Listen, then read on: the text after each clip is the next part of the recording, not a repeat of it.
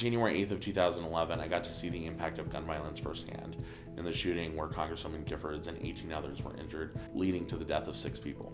Arizona is a state that's heavily impacted by gun violence. Instead of doing things to improve the gun safety laws in the state, we've gone backwards. My name is Daniel Hernandez, and I'm asking for your vote for state representative in District Number 2 because for far too long, our Southern Arizona values have not been represented up in Phoenix. Growing up in South Tucson, you oftentimes hear the same thing. While kids aren't going to graduate from high school, these kids don't really have a future.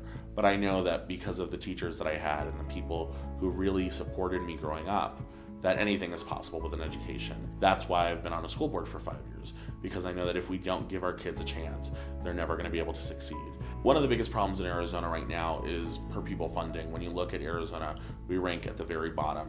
We're 48th when it comes to per pupil funding, but if you include Puerto Rico and Guam, we're not even in the top 50. So my very first priority is going to be education. There are 2 other big issues that I'm really concerned about. The second is looking at infrastructure. It is incumbent upon us to make sure we're fixing these roads so that we have more opportunities for the business community to actually be able to do cross-border trade.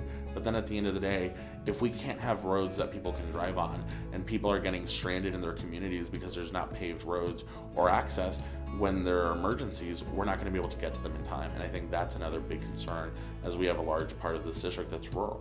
The third thing that I'm really concerned about because of my personal experience with gun violence is really the sad state of affairs here in Arizona. There's a strong gun lobby that really doesn't care about people and they care about gun manufacturers.